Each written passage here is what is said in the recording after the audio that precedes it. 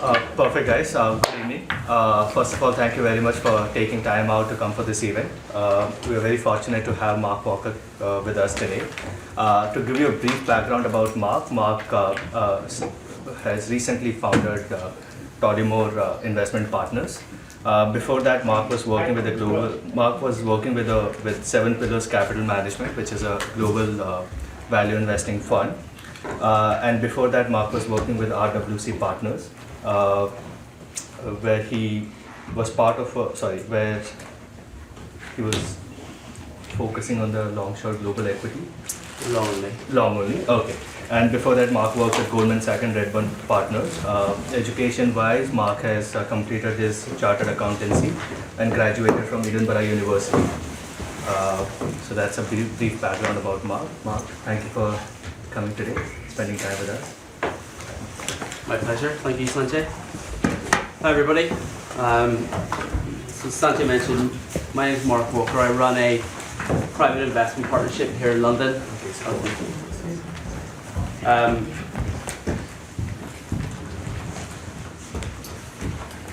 And so the title of the talk is that investing is not as hard as we think. That's obviously a bit of a tongue-in-cheek, provocative title. This is not a presentation about how easy investing is. It's really, really hard. And if any of us professional fund managers would remotely pay attention to the base rate of success in the industry, we wouldn't do what we're doing. But thankfully, a sort of healthy level of hubris prevents us from being rational about that decision. What I kind of want to do is share a bit of my experience in providing a context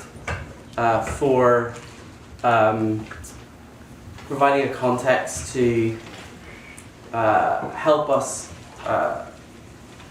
judge our decision making in investment management and to assess our prospects for success in the industry. So Tollymore Investment Partners is a private investment partnership. It invests in a concentrated portfolio of global public equities with the goal of compounding investors' capital over the long term. As Sanjay mentioned, my brief background is I spent 5 years in generalist global equity mandates on the buy side, and before that 5 or 6 years on the sell side working in pan-European telecoms research for Redburn Partners and Goldman Sachs. It's actually that experience which has given me an overview of the institutional money management industry, how the actors in that industry behave, how they're incentivized, and actually a number of the behavioral constraints they face in making good investment decisions over time. So as I said, this is not a presentation that investing is easy. 1 in 13, 1 in 19 and 1 in 23 managers, depending on your investment universe, will outperform their benchmarks. However, what we need is a framework to be able to stay the course in periods of underperformance or other source of self-doubt.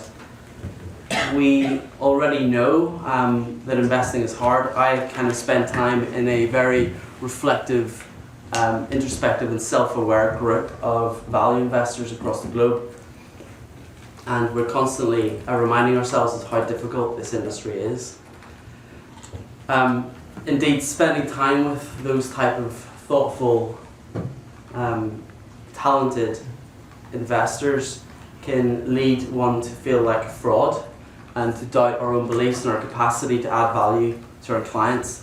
So therefore what we need is this broader context in which to judge our prospects for success. So through my experience of speaking to key decision makers in institutional money management firms on the sell side, I want to kind of present a collection of observations from that experience. There's 8 observations, and for each one I'll give you a flavour of my personal experience. I will discuss why I think that behavioural constraint is antithetical to good investment practice. I'll highlight some of the literature and the research which provide the outside view of that particular constraint, and then I'll suggest some measures that we can take to certainly avoid and actually hopefully exploit those behavioural errors. So the first one is a pursuit of informational edge. What I saw was like frequently investment processes were led by corporate access, where where investment managers will travel the world trying to find the best investment ideas. They will speak to the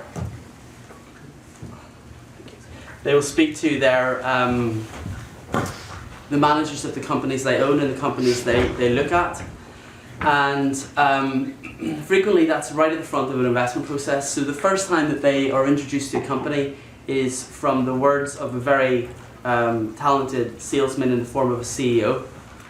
What I also saw was this focused effort on building very complex and detailed financial models of companies, which is predicated on knowing everything about everything, and therefore having a broad knowledge rather than a deep understanding of some of the key factors that really matter in understanding business drivers.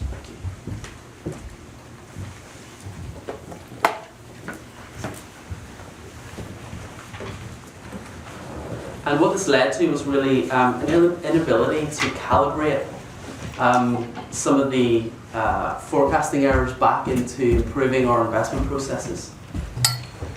Well, what's the problem with this approach? It's that information gathering, I saw, led to increasing confidence in fund managers' expectations of the future and into sell-side capacity to forecast businesses, but not leading to any better accuracy. And whereas the sell-side and their buy-side counterparts undoubtedly have clearly above average IQs and are well motivated and well incentivized, there is a lot of misdirected intellectual effort in terms of trying to play what is a very difficult game. So what does the literature have to say about this pursuit of informational edge leading to overconfidence? It can have pretty profound consequences. In the investment management industry, it can inflate our perceived valuation of the investments that we own, and obviously has other ramifications outside of investing. A number of studies have shown very little correlation between confidence and accuracy. One of those related to a study in which professional horse handicappers had to estimate the outcome of a series of 10 horse races, with each race having 10 horses. Each subsequent round of the game, they were given more information about the race, about the jockeys, about the horses, about their form. And initially, when they were given a small subset of information, they were asked to predict the outcome and to give an estimate of their confidence in the outcome. And they closely matched. So a random guess would give an outcome probability of 10%, and they were accurate about 17% of the time, and their estimation of their confidence was also around 17% out of 100. And as the rounds of games went on and they were given more information, their accuracy stayed roughly flat at about 17%, but their estimated confidence went up massively to 40 or 50%. That study suggests that there are at best flat returns to increased information. The problem that this has as investment managers is how it manifests itself in position sizing in a portfolio. So it causes us to dramatically increase the size of our bets.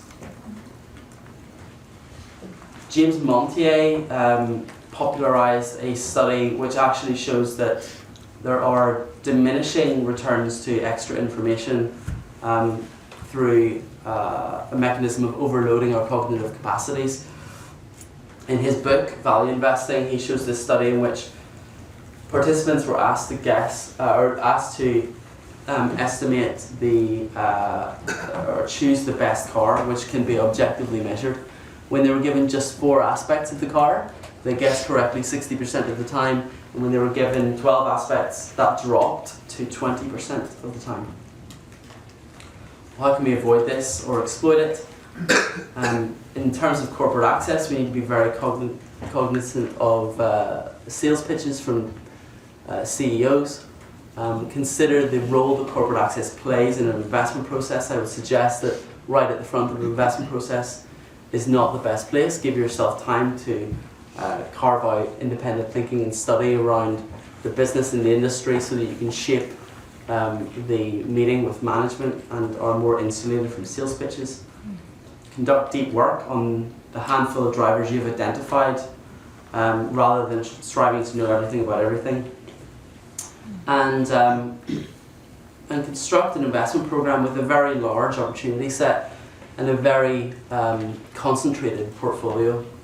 That avoids the temptation to be very precise about your estimations of intrinsic value for the companies you own or would like to own.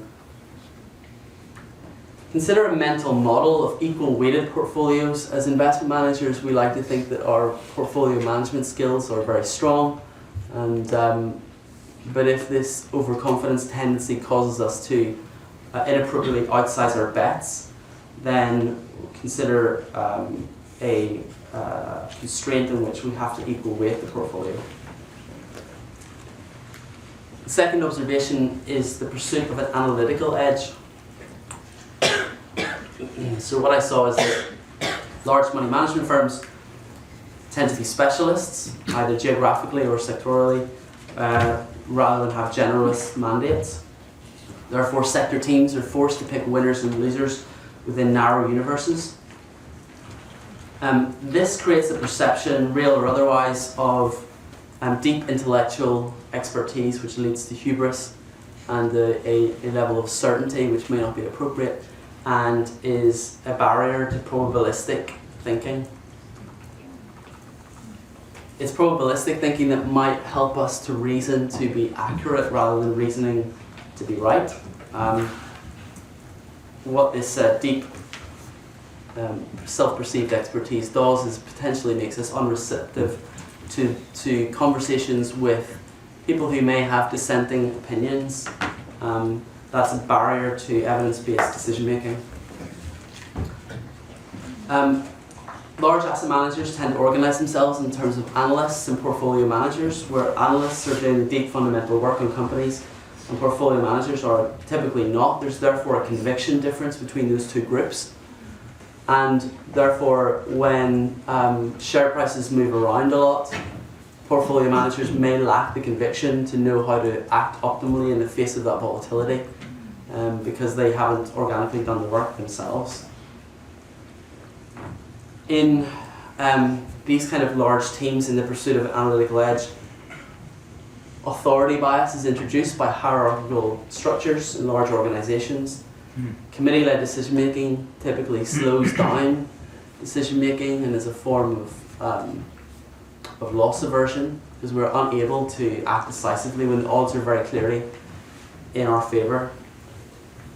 And what you see all the time is investment managers and their counterparts on the sell side, they need to sound smart to justify high fee structures. You very rarely hear the words "I don't know," when "I don't know" is, in the vast majority of instances, the correct answer, and is therefore a barrier to epistemic humility, which is necessary for good decision making. So these fee structures create the temptation to conceal ignorance rather than openly acknowledge it, and the large teams create this perception of intellectual expertise, which makes us less receptive to perceived non-experts. Large teams increase the complexity of organizations, so as you arithmetically add individuals to your investment team, you're geometrically increasing the number of relationships and communication lines between those individuals. You're also making it more difficult for individuals to be accountable for their work. There are more places to hide. Your ability to discern the difference between luck and skill goes down. And the bad news for everyone in this room is that smarter people are actually worse at combating these behavioural biases. They are better at assembling the information, assembling a narrative in their minds that fits their preconceived ideas.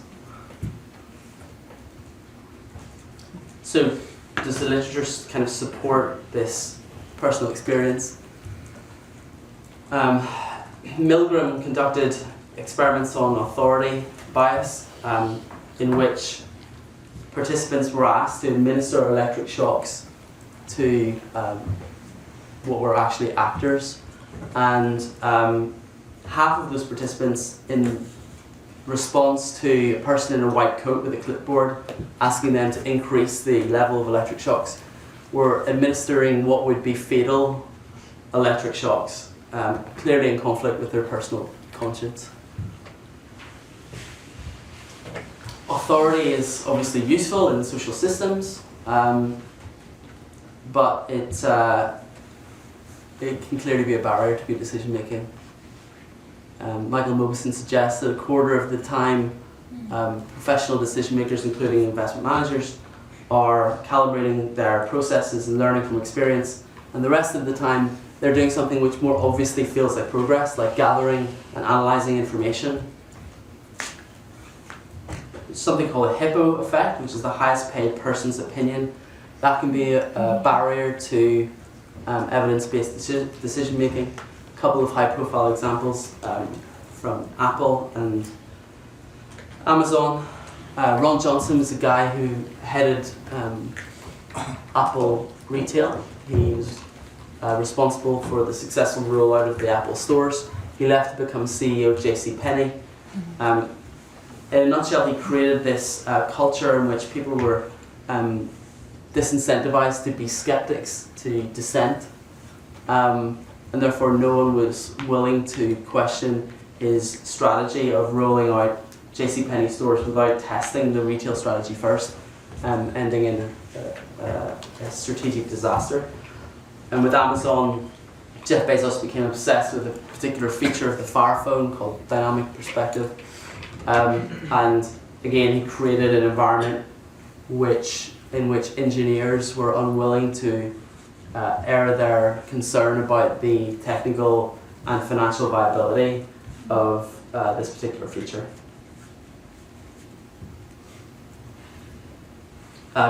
If you're in large groups, you can succumb to something called group think. There are some Ash conformity experiments conducted in which this one's called face the rear. I don't know if this will work, Sanjay. Yeah, if you just click on it, it should.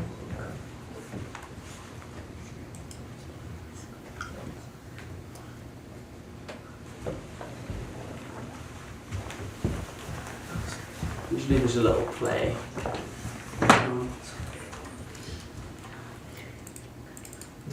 It needs to be in presentation mode. And usually that tends to be a play.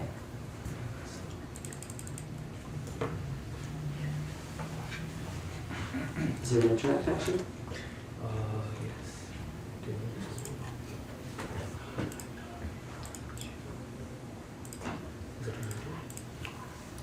Yeah.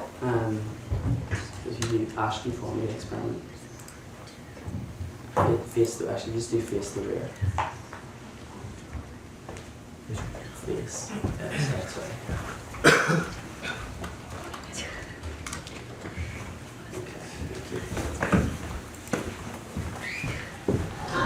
The gentleman in the elevator now is a candid star. These folks who are entering, the man with a white shirt, the lady with a trench coat, and subsequently one other member of our staff, will face the rear.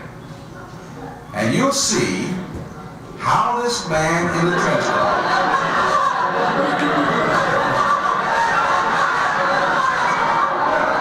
tries to maintain his individuality.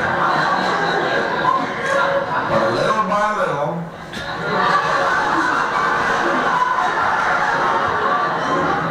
he looks at his watch, but he's really making an excuse for turning just a little bit more to the wall. Now we'll try it once again. Here's the candid subject. Here comes the candid camera staff, 3 of them at least. And this man has apparently been in groups before.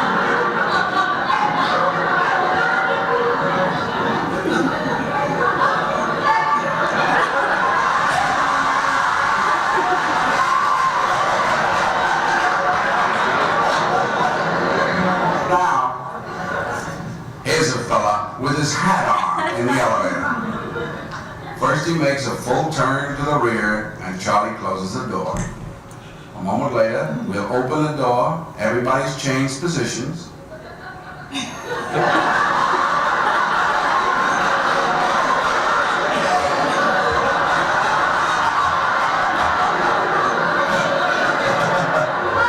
Now let's see if we can use group pressure for some good. Now, in a moment, on Charlie's signal, everybody turns forward. Notice, they take off their hats. And now, do you think we could reverse the procedure? Watch.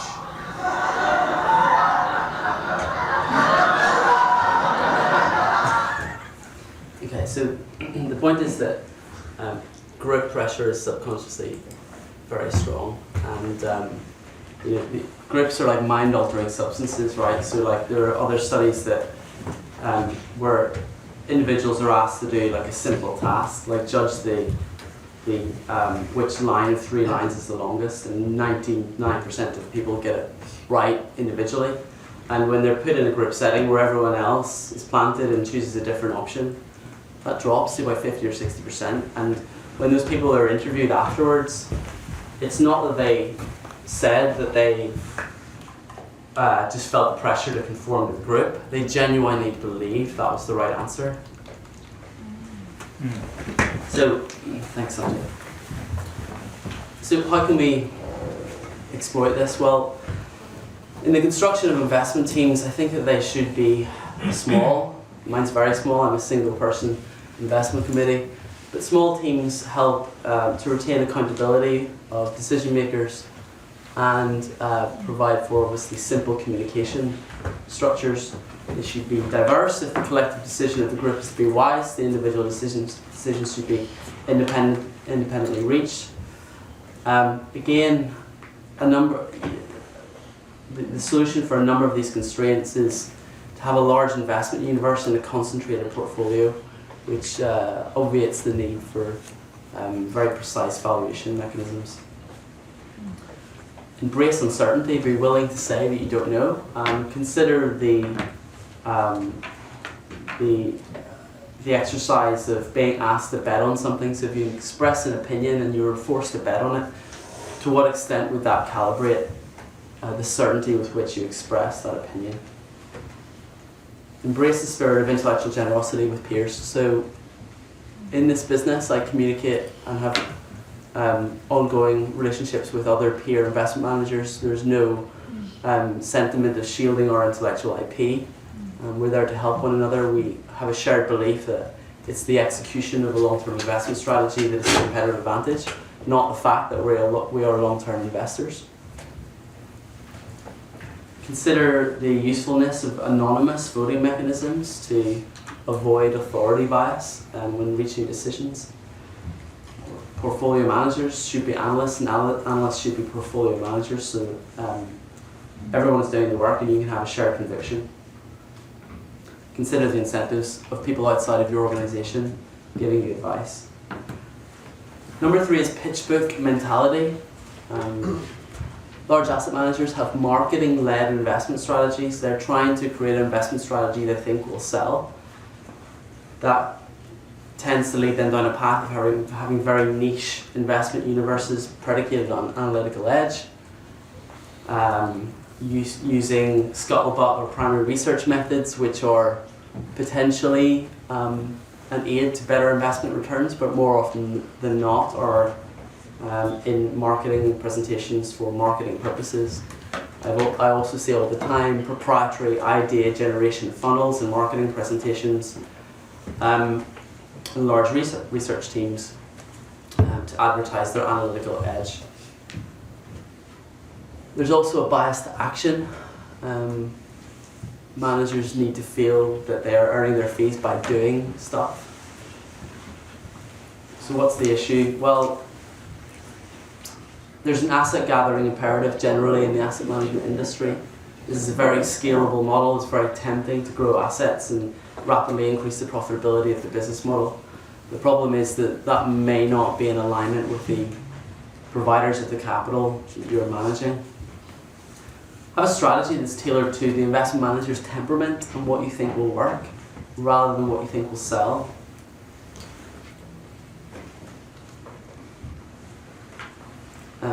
The outside view supports this tendency for action.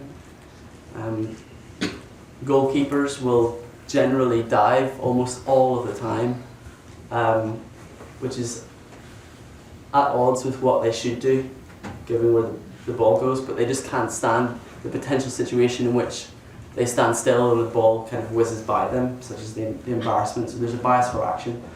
There's some other examples of action bias, and there's some research that suggests that trading frequency is actually negatively correlated with returns.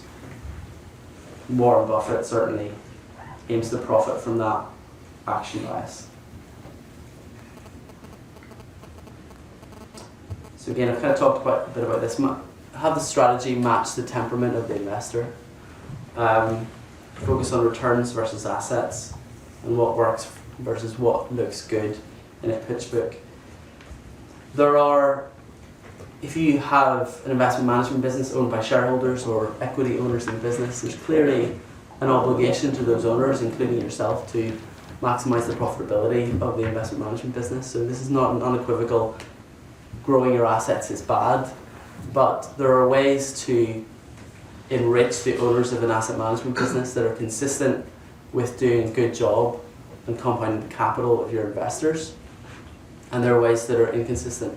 An asset gathering imperative is by and large inconsistent. Having managers with high levels of insider ownership in their own funds is consistent. Having a performance fee led structure is consistent. Number 4 is the folly of forecasting. When I was on the sell side, there's a very strong focus on having the most accurate numbers. There was a company called Starmine which collected all of the analyst estimates for the companies they covered, and it ranked analysts and investment banks on who had the most accurate numbers, and my firm had the most accurate numbers, but our numbers were still horribly inaccurate. These Ashton Partners study shows that virtually no one in the asset management industry thinks that consensus estimates are not important. What's the issue with this? Well, we're not operating in a linear system. In meteorology, if someone opens an umbrella, it doesn't affect the accuracy of a weather forecast. Markets and economies are reflexive systems. They're not like meteorology. If a macroeconomist advocates for raising interest rates because of his expectation that inflation will increase, to what extent is he incorporating the feedback loop of employees asking for higher wages in response to that expectation of higher inflation? And the volatility of stocks in the near term certainly makes predicting share price movements exceptionally difficult. So the outside view in a nutshell suggests that strategists cannot predict markets, macroeconomists can't predict economies. They predicted 2 of the last 150 recessions. And then the example of chess, which is a reflexive game, materially simpler than an economy or a financial market, has 10 to the 120th possible moves. This is a game popularized by Dick Thaler, which was a version of Keen's Beauty Contest. Essentially, he asked participants to guess a number between 0 and 100, and the person who guessed closer to 2/3 of the answer of the average would win a prize. This is a reflexive model. It's a really simple one. but you can already see from these observations that there's a wide variety of guesses. You can also see that there's certain spikes at some points. You can see a spike at 33. That's the first level thinker. So 33 is the person who thinks that the average guess would be 50, and therefore he's going to guess 2/3 of 50. There's another spike at 22. That's the second level thinker. He thinks everyone else is going to guess 33. There's another one at 15, the third level thinker. And then there's a Nash equilibrium, basically at 0. And then there's these jokers over here that are just guessing 100, just for the crack.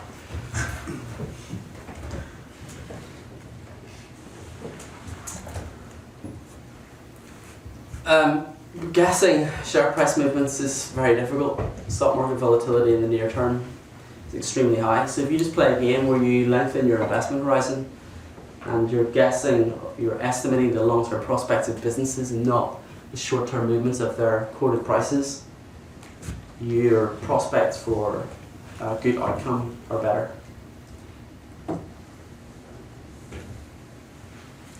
So I would suggest that trying to understand and analyze a reflexive complex system such as a financial market is a low return on investment exercise. I think that better directed intellectual effort is an independent research on the fundamentals of companies. Having a large investment universe and a concentrated portfolio lets you focus on the very large gaps between price and value. You therefore don't need to find a company with 10% upside and be guessing EPS estimates. Number 5 is manager-investor misalignment. I've already spoken a bit about this, but the observations are fund managers don't invest in their own funds. Management fees are typically high in long-only strategies.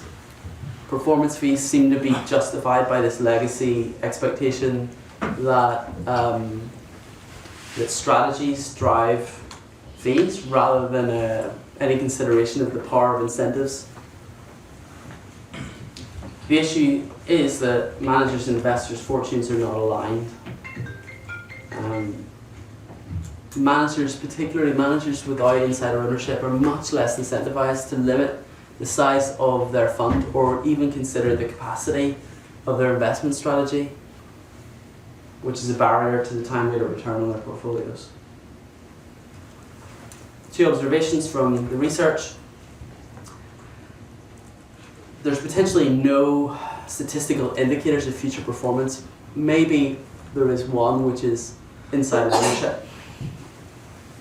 And companies in general, not just investment management firms, there's a lot of evidence that they tend to, over the long term, outperform businesses that are not founder-led. So how to avoid the constraint of misalignment? It's to have skin in the game. Your incentive structure should really enrich and reward the managers of capital for doing a good job of that capital. So your enrichment should in no small part come from the compounding of your own capital. It should come from a thoughtful performance fee-led fee structure. Consider the employment of hurdles, so charging a certain performance fee over a hurdle, which has the effect of making the early performance much cheaper for investors and strong performance more expensive, so that managers do well and investors do well. There's a little bit of debate over whether management fees should be charged at all, or whether the sort of Buffett partnership fee structure of not having a management fee, Monish Pabrai fee structure, is ultimate alignment of interest. I don't think it is necessarily in all cases. I'm a subscale emerging manager, and a management fee certainly helps me to make stress-free business and investment decisions. I think that if I didn't have a management fee structure and I was kind of remortgaging my house and making all kinds of personal financial decisions, that would not allow me to make good decisions for my investors. And tell your partners what's in the portfolio, be transparent with the economic prospects of the portfolio holding companies. What you ultimately want is an LP base that can invest counter-cyclically. They can give you money when markets are down. The vast majority of investors invest pro-cyclically, and that is a barrier to the sustainability of the money management business model. Career risk and loss aversion.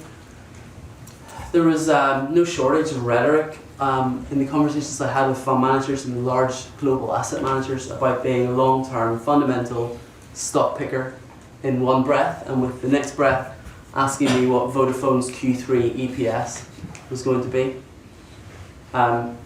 So these fund managers may well have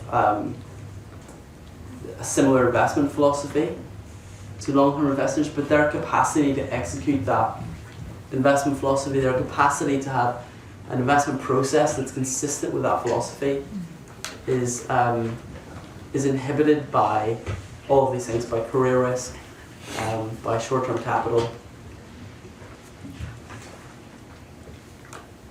And a lot of these fund managers have a big budget, so they spend their big budgets on Bloomberg terminals, which encourages them to look at share prices, to look at near-term news flow, to look at markets, and ultimately to try and predict share price movements.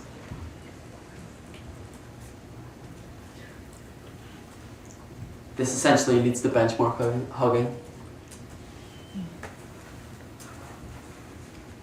ESMA has found that 1 in 6 funds are overcharging their clients because of benchmark hugging. The FCA estimates over £100 billion of investors' money is in benchmark hugged apparently active managers.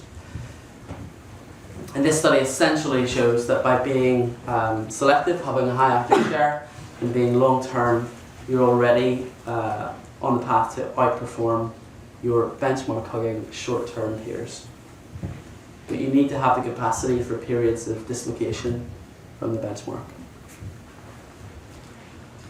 So how do we exploit? Well, as an independent emerging investment management firm, Tollymore has a disadvantage because we're subscale.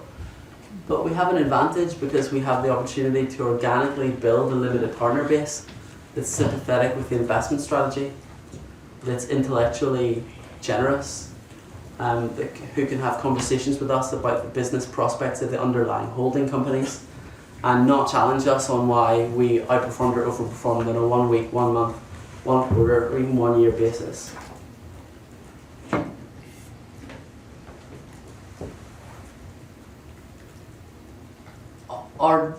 In a nutshell, our job as investment managers is really to kind of tread this line between conviction and dogma.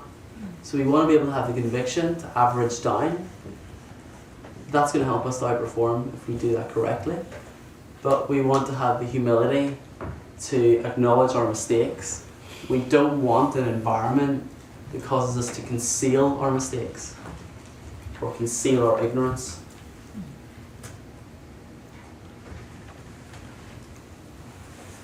Number 7 is short-term capital.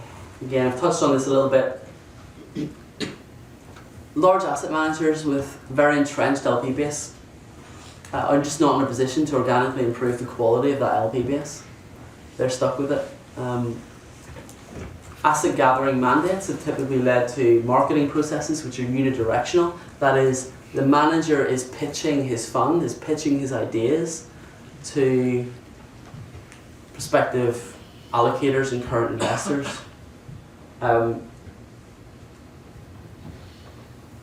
That potentially leads to situations in which the investor and manager are incompatible. That can lead to sullied reputations in the investment management business. And as I mentioned, which is typically the case, pro-cyclical capital flows. You haven't made your loss on your investments permanent until a redemption forces you to crystallize that loss. What's the issue? Well, short-term capital leads to short holding periods, and again, pressure to predict share price movements. Having annual incentives at large investment management firms cause fund managers to try and lock in their bonuses, take short-term investment decisions, trade frequently. Average holding periods are now around 8 months. Again, having performance fee-led structure avoids the temptation to raise substantial assets.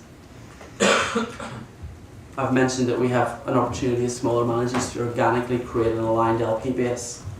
And what that aligned LP base allows us to do really is to buy securities from sellers who are selling for non-fundamental reasons. That could be because they have pro-cyclical investors and therefore they're funding redemptions, or because they think the news flow is going to be negative for over the short term, and that's because they have 8-month holding periods. So avoid these two situations by having sympathetic aligned LP base and the capacity to invest for the long term. This is the final one, which is communication style. Attention spans in this industry are incredibly short. There's constant competition for attention. When I was writing research on the sell side, no matter how long the research note was, the most important part of it was a 3 or 4 line eloquent investment thesis on the front. That's what my clients, if anything, they were going to read. I had very limited time, either on the phone with my clients, at meetings with fund managers, or within the investment bank, to communicate my thesis, to convince other people of my ideas, to have them believe me. There's like a, I don't know if you guys have ever been in a sort of a trading floor environment in an investment bank. There's a podium with a microphone where if a company reports or if I write a piece of research, I go down to the sales and trading floor and I jump on the microphone and I'm literally shouting over a massive room of hundreds of sales traders trying to get their attention. Analysts on the buy side are also trying to get the attention of their PMs, and they have limited time usually to do this. The typical practice in the industry is to write monthly letters, which offers a backward-looking introspection of what happened to markets and why, reducing these complex systems to simple, eloquent theses. This is a problem about stories in this industry. Again, in life, stories are useful. They help us to make sense of the world. I don't know if you guys have read Built to Last by Jim Collins. It's a really very nicely written, entertaining book in which he dissects the sources of a number of outperforming companies. He dissects the sources of their outperformance. Now, if the conflation with the historical causality of that analysis with its predictive power would have caused you to potentially make some grave investment errors, because around half of those companies since he wrote that book have suffered a pretty enormous fall from grace.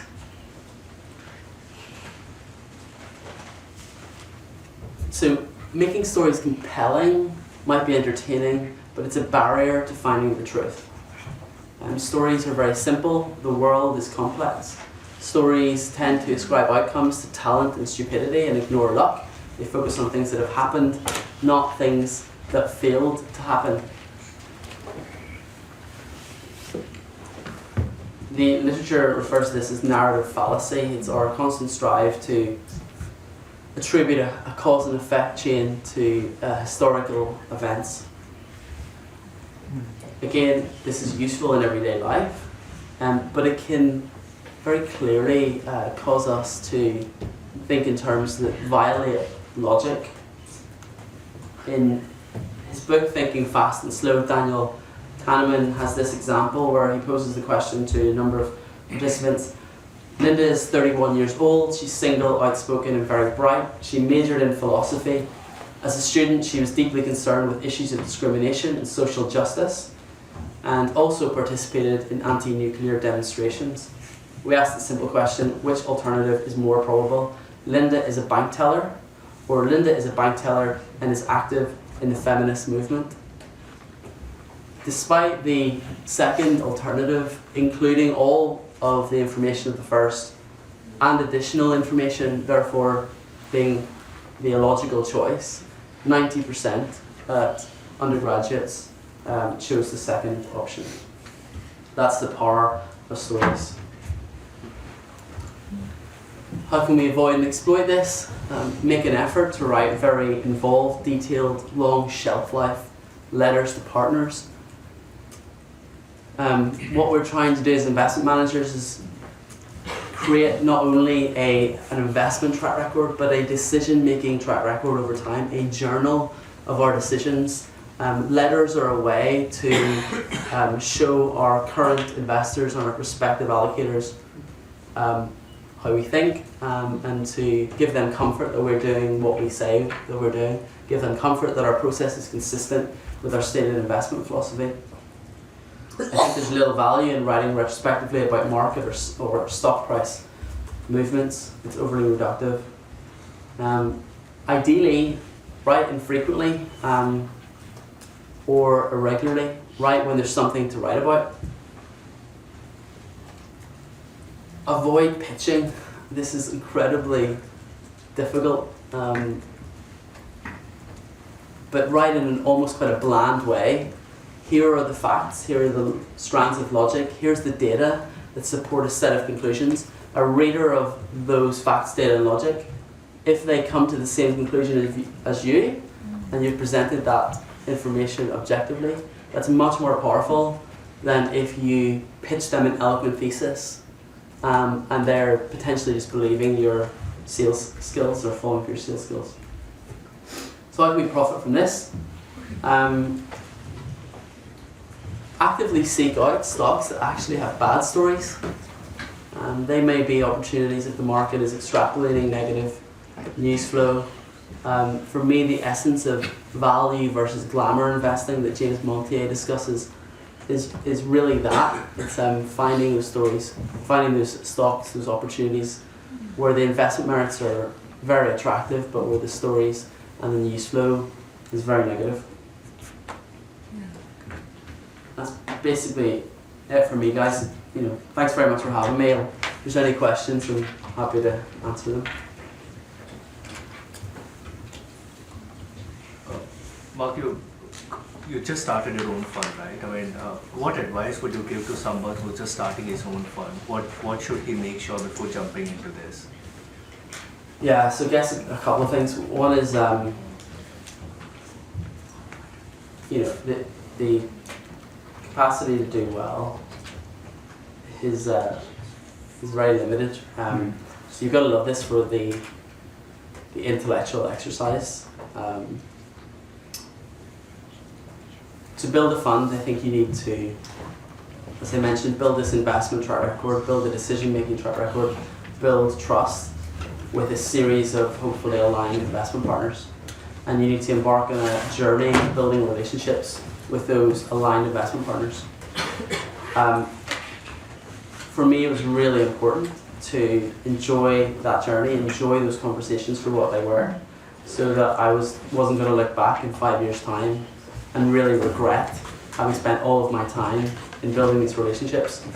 So enjoy them for what they are. Try to, when you are a sub-scale investment manager, the temptation to take on assets from potentially the wrong type of capital is really high. I'd say that try as best you can to be really disciplined about the capital that you take on, about the claim on your resources that those investors might take. Think about what they might add to your investment organisation in addition to capital. So there are some very thoughtful investors and family offices who have a value philosophy, and investment teams who, for me, as a single person investment committee, their time and their intellectual generosity is valuable to me outside of the capital that they can offer me. In the early days, I would suggest that any desire to be very rich is not a good source of inspiration. You will typically earn a lot less doing this than you can by being an employee of a large fund. This is a hugely scalable business model. Why did you choose to start your own fund rather than go and work for a small fund that you admired? So, what you'll find is that there is it's important that everyone develops their own investment philosophy and principles of a process you think are consistent. No matter how aligned you are with a small fund, there'll always be some inconsistencies with the process that you think is consistent. Temperamentally, I'm someone who enjoys collaboration, but not like a level of forced collaboration. So working in even small teams, I find can be frustrating for me as a barrier to progress, either in the investment management business or in investing in the portfolio. And aside from that, my experience is like the type of investing that I wanted to do, the investment philosophy I had, there's an incredibly tiny number of suitably aligned investment firms that I would consider. And those firms are small firms with very low levels of churn, long tenures of experienced, talented people. So getting the opportunities are like not always there as well. I personally enjoy, a number of my peers are very open about the fact that they don't like marketing. They're horrible marketeers and they just love the business of investing, or they love the practice of investing. I actually quite like the process of building relationships with potentially aligned partners, of building something, building a brand, building a business, like a project outside of the investment portfolio as well. Sorry, I completely agree with your approach about not looking at the market prices, the noise, etc. Just completely focus on the business. But then, given that most of the funds across the world are like kind of focused on that, how do you suggest we present our facts and figures and etc.? Like, how do you suggest we go about it? Because not everybody can start their own fund like yourself and succeed. Sure. There are funds that, and this is my perspective. So it's clear, it's not right for everyone. It's just like sharing my experience and what some of the literature say about behavioural constraints and the way that smaller independent managers potentially have an edge over larger asset managers. There are smaller independent managers that sympathise with this approach, and it's just about being cognizant of the differences in the investment approach. Simply asking a question in your mind or explicitly to someone that you're interviewing with about how they think about alignment of interest, how they think about decision making, how they think about the elements of a process that are consistent with an investment philosophy. Funds that are closed are generally more able to do this because they have fewer marketing pressures and they tend to have an already quite sticky investor base. So they're just, I would just encourage you as you're trying to find compatible investment organizations to work with, to ensure this is a two-way dialogue and relationship building process, and that you're not just trying to pitch yourself as a good employee without really asking them the difficult questions about how they conduct themselves.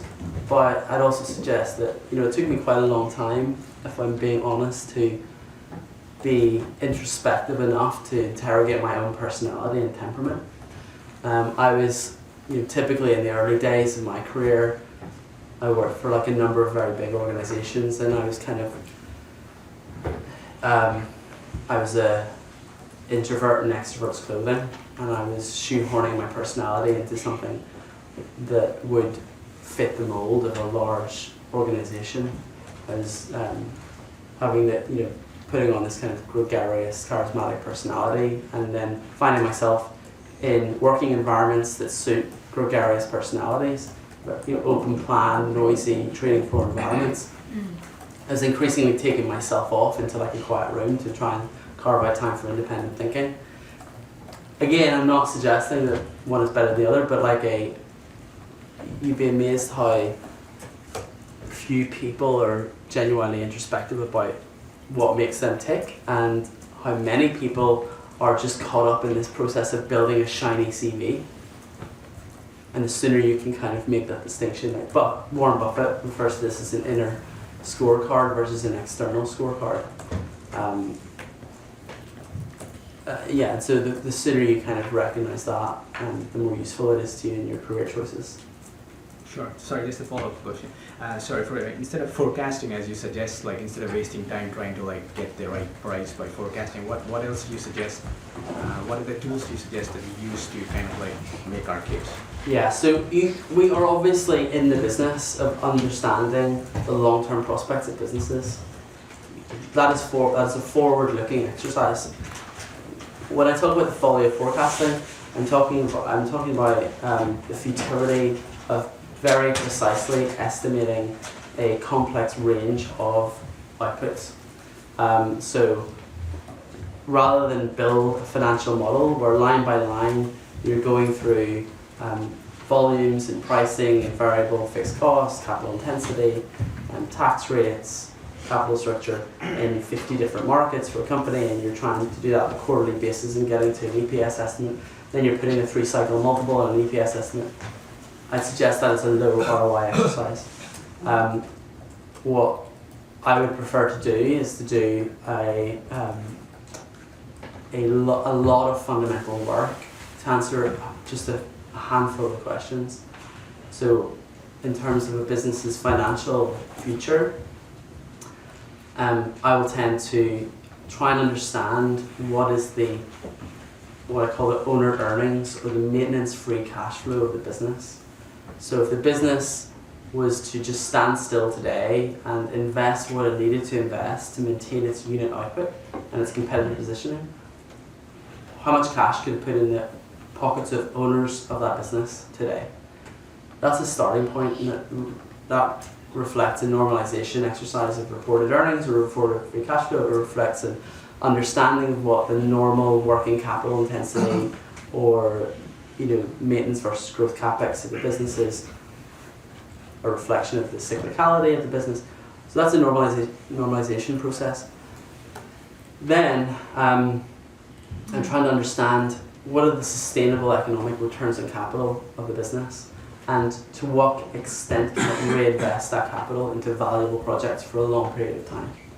So if you have these owner earnings of 100, how much of that 100 is going to be reinvested into projects, and what are they going to earn? Are they going to earn a cost of capital? Are they going to earn very clearly above a cost of capital? And does the business enjoy lasting unfair advantages that mean that the supernormal profit capacity is very high and very sustainable? That ultimately gets me to what I think is a prospective IRR on an equity investment today. So what is the owner earnings as a percentage of the market cap? That's a yield, say that's 10%. Say they're going to reinvest all of that into projects that have incremental returns of 20%. Well, I should be able to get a 20% plus IRR on an equity investment, barring any material derating of the owner earnings of the business. That's a very simple framework, but there's a lot of fundamental work goes into understanding those numbers. And I'm just focusing on businesses that, if my opportunity cost of investing is say 10%, I want something materially higher than that. And Tollymore has a very concentrated portfolio. It's 10 to 15 securities. It has a global remit, so I can invest in 50,000 companies, and therefore I'm typically fully invested. I don't hold cash because I should be able to, at any point in the cycle, to find 10 to 15 of these securities that have an IRR that is acceptably materially higher than an opportunity cost at any one time.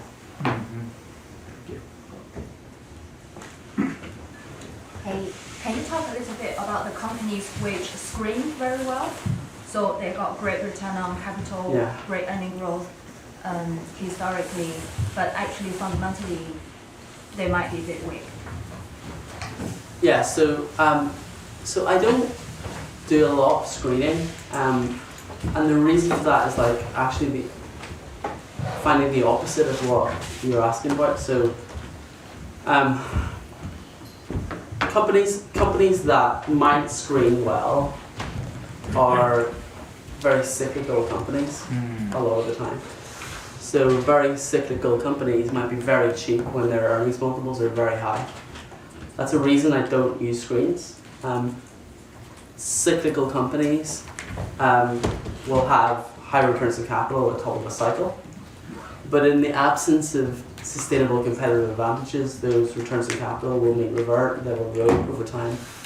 That's a value trap. I'd suggest that a good majority of screening on the basis of returns and cheapness will throw up those types of companies. And so it's the corollary that I've been interested in, and that a number of the companies in the portfolio exhibit, which is companies that screen terribly, generally because their reinvestment rates are extremely high. So I own companies that have negative free cash flow, but their operating cash flow yield to the enterprise value is very attractive, and their capacity to invest in very returns accretive projects is very high. So I want them to have as much growth capex as possible, as long as the capital structure of the business can obviously support that. So high reinvestment rates can be a reason why they screen really poorly. There could be accounting measures, the accounting treatment of amortization of quasi-permanent assets, for example, can be a reason why they screen poorly, and a reason why the economic financial picture of a company is different to the reported accounting picture of a company.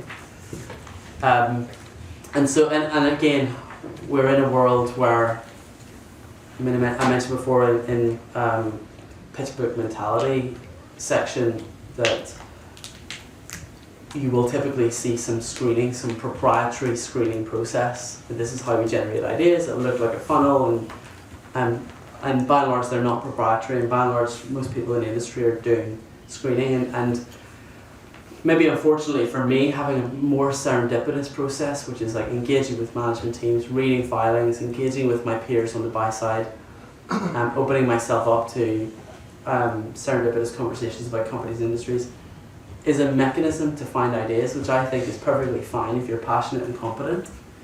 It's not very marketable. I can't really put that succinctly and eloquently on a slide and show it to an investor. But I think it's a good source of investment edge. Mark, you spoke about focusing on handful questions in an investment idea, right?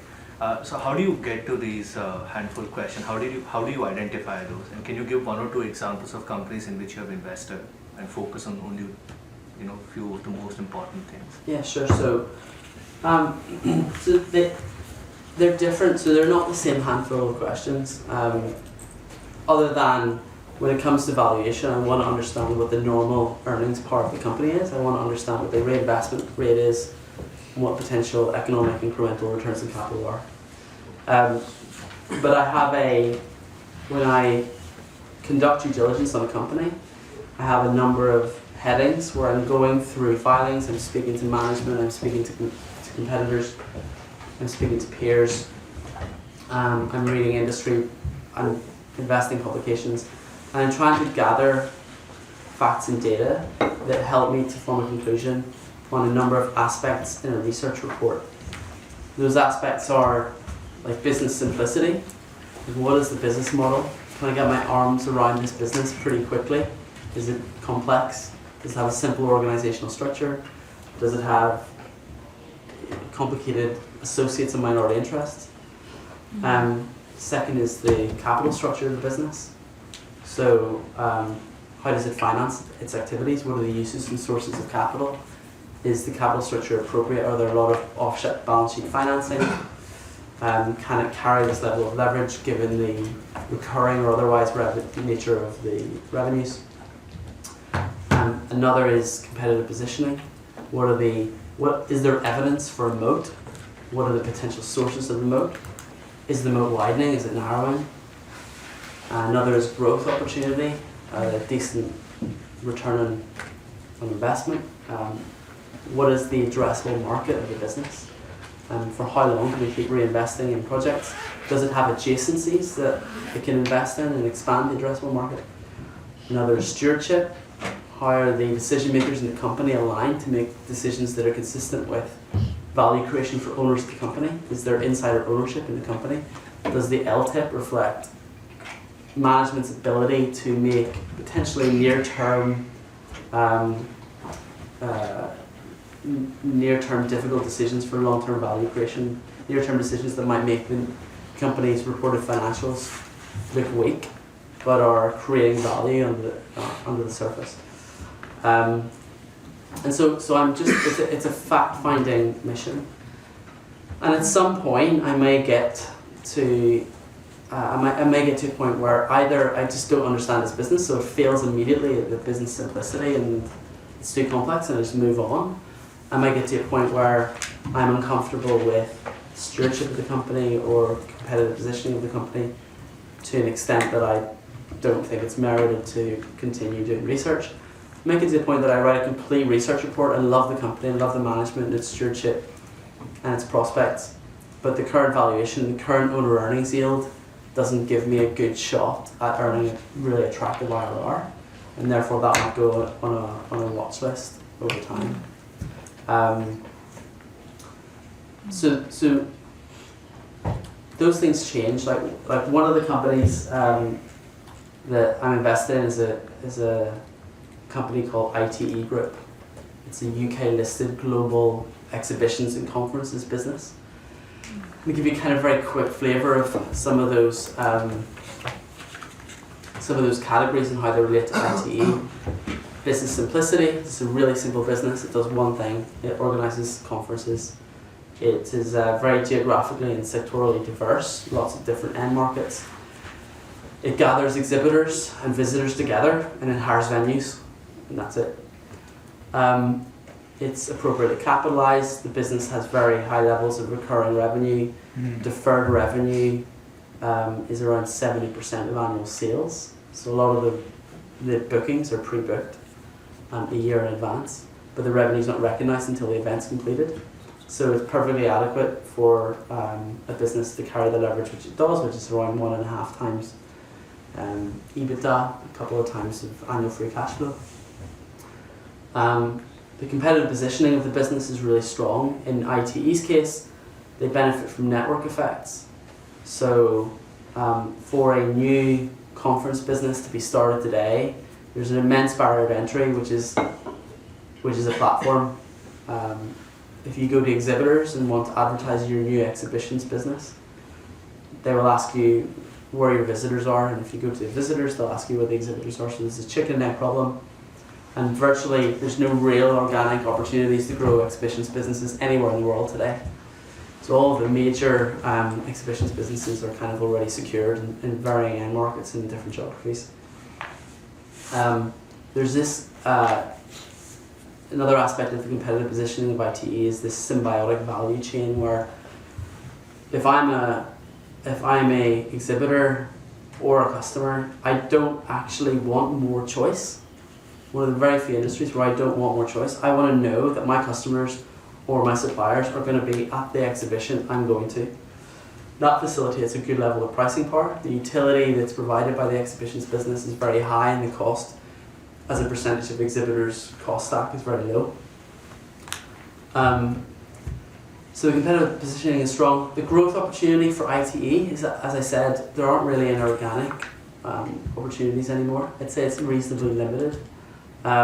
They have some good footprints in some geographies, India, China, where the exhibitions business has an opportunity to grow the yield and potential square foot of existing exhibitions. But it's a business that I would classify as a legacy moat business. It has very, very high returns on capital, around 30-35%. But its ability to reinvest into value creating projects is very limited.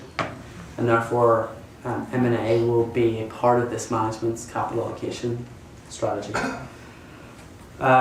Stewardship.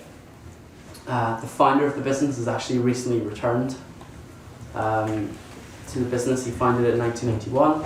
He grew the business, it IPO'd. He left to be CEO of a couple of other events businesses. He's since come back to the business. He's made some improvements to the long-term incentive plan. His insider ownership is very modest because he sold his stake in the IPO. He's building it up again gradually. And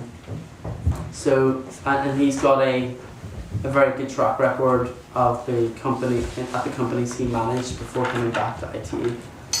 And in valuation, I think that at this point ITE is on a mid to high teens free cash flow, owner earnings yield. Capacity to reinvest is like really quite modest. But if your starting point is a sort of 17% yield, then you need to anticipate pretty materially destructive capital allocation before your IRR comes to a cost of capital level. So that's kind of an example of those categories and some of the conclusions I reached on that business. You mentioned having 10 to 15 stocks. What would you say is the sort of limit to names that one portfolio manager can sort of have while still maintaining that information advantage? And I guess related to that, how long does it take you to sort of get to know a company really well and be comfortable enough to invest in it? So it depends. For me, I would feel that if I got to a portfolio of 20 to 25 names, I would struggle to know those assets well enough to make optimal portfolio management decisions. So diversification to me is not a mechanism to lower risk. If that diversification is inadequately resourced, take it to an extreme example, if you're one manager managing a 100 stock portfolio, your ability to know a lot about those businesses is very limited, and therefore your ability to have conviction in what they're worth is limited, and therefore your ability to act optimally in the face of share price volatility is very limited. In terms of getting to know the businesses, it really depends.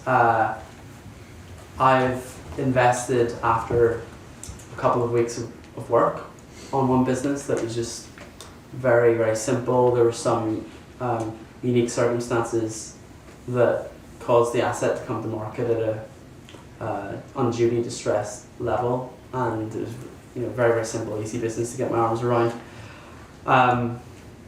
Sometimes, like the last company that I invested in the portfolio, I was looking at it for about 6 months. I was doing work on it for about 6 months, and essentially the stock price declined by about 50%, and I did a little bit more work. Nothing really had changed, didn't really require too much more work before investing in the company. Sometimes it's unusual that I will go straight into a full or an average size position. For me, an average size position is 7 or 8%. The smallest equity positions are typically around 5%, and usually, again, unless I feel exceptionally comfortable with the business model, usually a lot of the time I'm investing into these kind of negative stories, which carry with them the potential for further share price declines. And so for that reason, and also the reason that 6 months is still a pretty short time to get to know a company, and with very long holding periods, which my portfolio has, getting to know these businesses is important in a multi-year, potentially multi-decade context. And so as I grow more and more comfortable with the business and its potential, its management, I can potentially increase the portfolio weighting of that company. When you're happy with the business, do you go in with your desired sizing, or do you scale in? Like, how do you do that? Yeah, no, that's what she's saying. So like I would typically, so the last portfolio addition was I went in at a 5% position. And you'd scale that over time, or you just go in and go? No, straight in at 5. Oh, wow. Yeah, because it's a very concentrated bet. But that's like the smallest position in the portfolio. So with my portfolio, And with your AUM, it doesn't create any market impact? No. You go in, got it. no. I mean, so I can, when I say go in at 5, I'm not necessarily like going in like half an hour. Sure. Right, it may take, like with very liquid stuff, maybe it'll take a couple of weeks to go in. But what I mean is I'm not going in at 1% and then a year later maybe increasing it to 3%. When portfolios are very concentrated and you have a global or large opportunity set, really the question is this so massively undervalued that it should be in the portfolio, in which case put it in and put it in meaningfully, or is it not, in which case don't put it in. And do you lock your LPs for a period of time because you're so concentrated? No. So actually the vehicle is separately managed accounts. So my investors can have access to their capital whenever they want. You know, I want them to, I don't want to create like unhappy investors. There may be external circumstances outside of Tollymore that means that they need the capital, and I want them to be able to have access to it. There is a process of education and relationship building that is, you know, about the merits of long-term investing, and investors get it. They don't always act consistently with what they say. That's just part of being an investment manager. You mentioned short attention spans and the importance of communication style. I was just wondering if you could perhaps give us 2 to 3 examples of how you manage to capture people's attention in your letters and your investors' attention in your letters, or when you speak to them at a networking event. Sure. Well, so what I was actually suggesting was that you avoid the temptation to try and grab people's attention. The incentives in this industry are to create sound bites. They are to truncate messaging and communication to grab people's attention. The incentive to pitch is overwhelming for investment managers. That is a barrier to good decision making. So if there's a lady called Annie Duke who wrote a book called Thinking in Bets, and she was a professional poker player, and I met her recently, and she was just giving very simple advice about how to make better decisions. And so if you want to open your thesis, your work up to intelligent interrogation, analytical inquiry, you should not impart your opinion on whoever's receiving the information, because that will like colour their perception of the problem. B, it will make them less inclined to give you their dissenting opinion, which may be valuable to you, because either it causes you to go away and do some more work and gain more conviction in your opinion, or to change your mind, and you should be able to change your mind. So actually what I'm suggesting is that, you know, what I've done in the past is when I wrote research on the sell side, I was creating these eloquent theses. And it may, you know, I'm not saying that that's all there was, and there was like proper fundamental work underlying the research, but the focus was on grabbing people's attention. The focus being on the microphone was on grabbing the trader's attention, and you're in competition with a number of other sources of stimuli in that goal. What I suggest is actually have a self-selection mechanism for the right types of investors by writing involved letters that are an effort to get through. So like I have a lot of information on my website. There's a lot of, my last letter was like 17 pages. There's a lot of interviews and articles and presentations. And therefore, if I have a conversation with an investor who's gone through all of that material, that is a higher intention conversation and a potentially more valuable relationship than someone who comes to me and says, "Oh, I saw your returns. They're good. Do you want to have a conversation?" So by making people do the work and jump through hoops, you're almost like creating this self-selection solution to creating the right relationships and the right investment partners.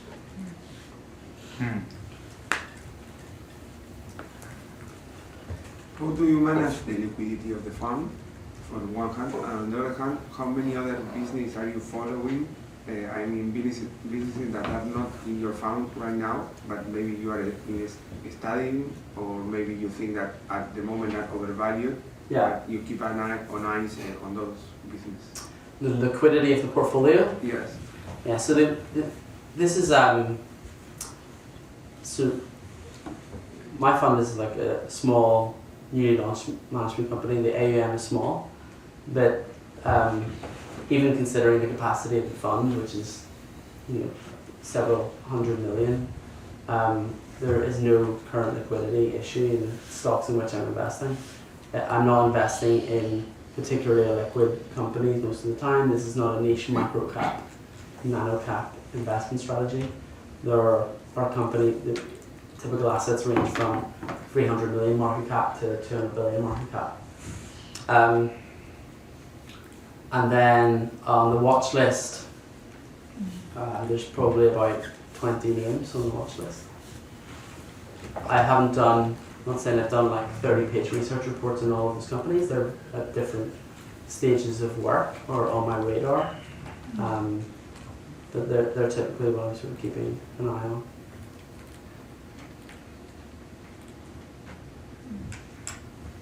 Mark, from the investor's point of view, we've obviously listened to a lot of points about what to be wary of. Do you have like some red flags when you're receiving pitches or looking at firms for us as potential investors to managers? From companies or clients? So as a client looking for companies. So you've given us eight points showing where where people can go wrong in terms of behavioural issues. So as an uninformed investor to clients, to managers, trying to distill through their marketing. Do you have any kind of flags, red flags for that? Okay, so for an investor in an investment management company? Say for us giving money. Yeah. It's just really the things I discuss. Here's the barrier that I face, right? So when I speak to investors or when I speak to high net worth people or their family offices or their advisors, a lot of the time we have a conversation about the things to look for and have conversations with as they allocate the liquid public markets capital of their portfolios. And they're things that we've discussed, so they're like thinking about alignment of interest, thinking about under what circumstances is the investment manager getting rich, and under what circumstances is the investor getting rich. What are the incentive frameworks for them to make decisions? Do they have someone tapping on their shoulder, warning them that their deviation from a benchmark is not tolerated by the internal risk policy of the company? And generally they get all this. But my barrier is the IBM effect or the McKinsey effect, right? It's like no one is going to get fired for recommending McKinsey to do a consultancy project. If they do a really bad job, they won't get fired. If they recommend an unknown consultancy firm, or if a company hires an unknown auditing firm and is a fraud, that person's going to get in a lot of trouble. But if they hire Deloitte, they probably won't. So my problem is that even though they recognize that there is a thoughtful way to think about enriching the providers of capital over the long term, and there's a less thoughtful way that is a byproduct of some of these behavioral constraints we've discussed. Despite recognizing that, they're pretty open about this McKinsey effect, that allocating Tollymore Investment Partners capital is a career risk decision for them. And so it's just my job to get their attention and be very patient about building a multi-year relationship and trust profile that gradually overcomes that McKinsey effect.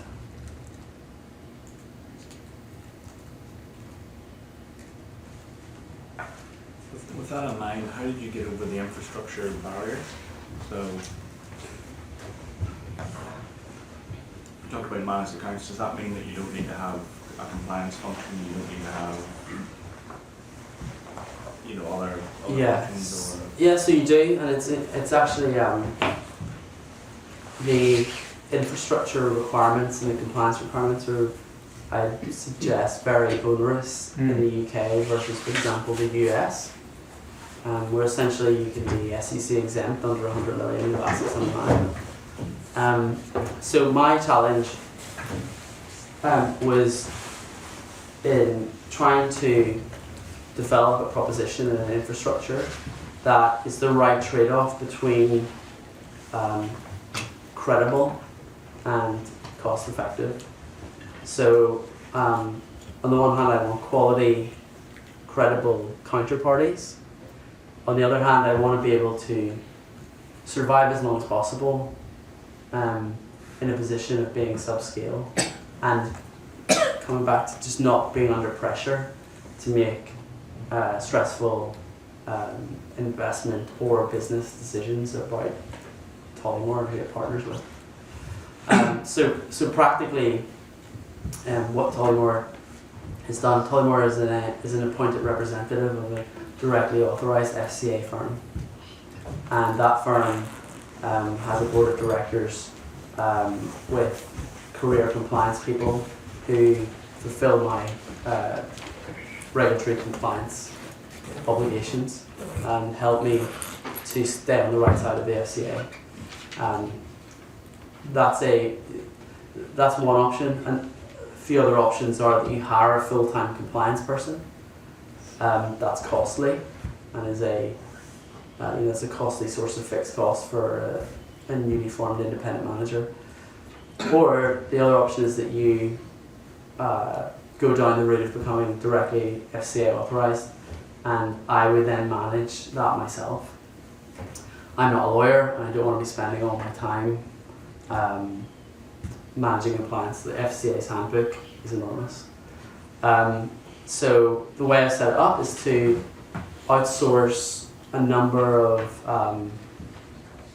operational functions. So have lawyers, source of legal counsel, have accountants, have a compliance firm, an AFM.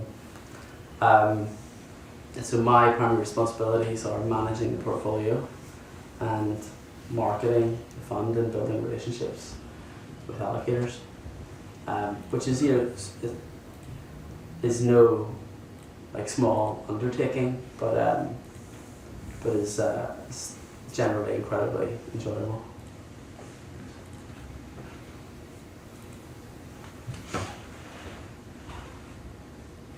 Perfect. Okay. Thank you, Mark. Thanks, guys. Thank you.